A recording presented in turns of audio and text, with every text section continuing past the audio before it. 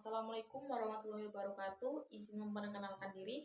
Nama saya Lailatul Wabida dengan NPM 227450007. Untuk memenuhi tugas mata kuliah penginderaan jarak jauh, saya akan menjelaskan dasar-dasar inderaja.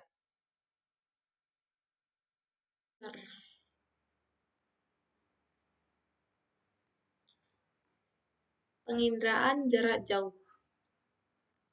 Pengertian inderaja. Secara umum, penginderaan jarak jauh berkaitan dengan pengolahan citra dalam mengetahui atau mengamah suatu fenomena di muka bumi. Inderaja didefinisikan sebagai ilmu dalam mengumpulkan informasi suatu objek tanpa menyentuh atau berkontak fisik dengan objek tersebut. Selanjutnya, yaitu komponen inderaja. Dibagi menjadi 5. Pertama, yaitu sumber tenaga. Kedua, atmosfer. Ketiga, sensor. Keempat, penggunaan data. Dan kelima, perolehan data. Pengertian sumber tenaga. Nah, sumber tenaga ini umumnya adalah cahaya matahari yang bisa menghasilkan suhu. Suhu tersebut kemudian diserap oleh suatu alat yang kemudian berubah menjadi energi. Artinya, alat itu menyimpan tenaga di siang hari untuk bisa beroperasi pada malam hari. Nah, sumber tenaga dibagi menjadi 2, yaitu sumber tenaga pasif dan sumber tenaga aktif. Sumber tenaga pasif sendiri diperoleh dari sinar matahari sehingga membentuk sistem pasif. Untuk PJ pasif yang mengandalkan sinar matahari, kualitas gambaran yang didapat bergantung pada waktu penyinaran, kondisi cuaca, serta bumi yang memantulkan cahaya. Sumber tenaga aktif. Nah, sumber tenaga aktif ini menggunakan tenaga buatan manusia seperti cahaya buatan dari lampu blitz. Sistem aktif ini umumnya digunakan untuk perekaman objek malam hari. Nah, bedanya sumber pasif sama aktif yaitu si pasif digunakan di siang hari sedangkan tenaga aktif digunakan untuk malam hari. Selanjutnya yaitu atmosfer.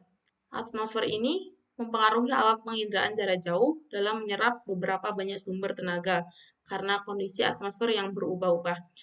Dan selanjutnya yaitu pengolahan data. Data yang dihasilkan ini terdiri dari 2 macam, yaitu data manual dan data numerik. Data manual didapat dengan proses interpretasi citra, sedangkan data numerik diperoleh dengan perangkat lunak di komputer. Selanjutnya, yaitu sensor. Sensor berfungsi untuk mendeteksi objek sekaligus menentukan lokasinya.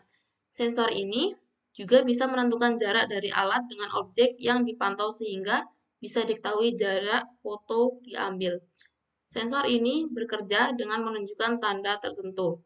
Sensor dibagi menjadi 2, yaitu sensor fotografik dan elektronik. Sensor fotografik merekam objek melalui proses kimiawi. Sensor ini akan menghasilkan foto yang dipasang pada pesawat menghasilkan citra foto atau foto udara. Sensor yang dipasang pada satelit menghasilkan citra satelit. Selanjutnya yaitu sensor elektronik. Menggunakan tenaga elektrik dalam bentuk sinyal.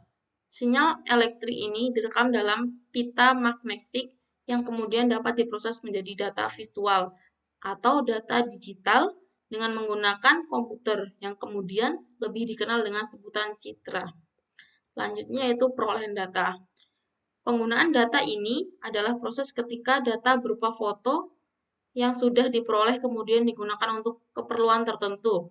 Ketika foto didapatkan, nantinya akan digunakan sebagai pertimbangan untuk melakukan aktivitas tertentu. Nah, perolehan data ini adalah hasil dari penginderaan jarak jauh yang bisa kita lihat seperti contoh tersebut yang dihasilkan oleh penginderaan jarak jauh dari satelit NOAA-14. Selanjutnya, terima kasih pemaparan dari saya. Apabila kurang jelas atau ada kesalahan kata, saya mohon maaf. Saya akhiri. Wassalamualaikum warahmatullahi wabarakatuh.